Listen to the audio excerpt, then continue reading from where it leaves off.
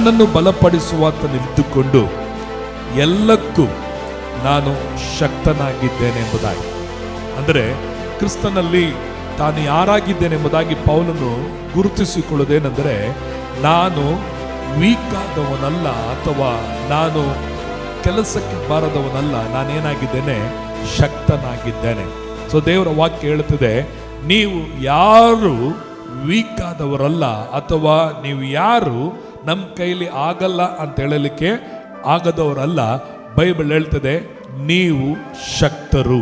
ಏನಾಗಿದ್ದೀರಿ? ನೀವು ಶಕ್ತರಾಗಿದ್ದೀರಿ ಎಂಬುದಾಗಿ ಸತ್ಯವೇದ ಹೇಳುವುದು. ಹಾಗಾದರೆ ಕ್ರಿಸ್ತನಲ್ಲಿ ನನ್ನನ್ನು ಬಲಪಡಿಸುವಾತನಿದ್ದುಕೊಂಡು ಎಲ್ಲಕ್ಕೂ ಅಥವಾ ಎಲ್ಲವನ್ನು ಮಾಡಲಿಕ್ಕೆ ಕರ್ತನು ನನ್ನನ್ನು ಶಕ್ತನಾಗಿ ಮಾಡಿದ್ದಾನೆ. ಅದಕ್ಕಾಗಿ ನನ್ನ ಕೈಲಾಗಲ್ಲ, ಅದು ಆಗುತ್ತೋ ಇಲ್ಲವೋ ಗೊತ್ತಾಗಲ್ಲ ಎಂಬುದಾಗಿ ಯೋಚಿಸುವರಾಗಿ ಇರದಂತೆ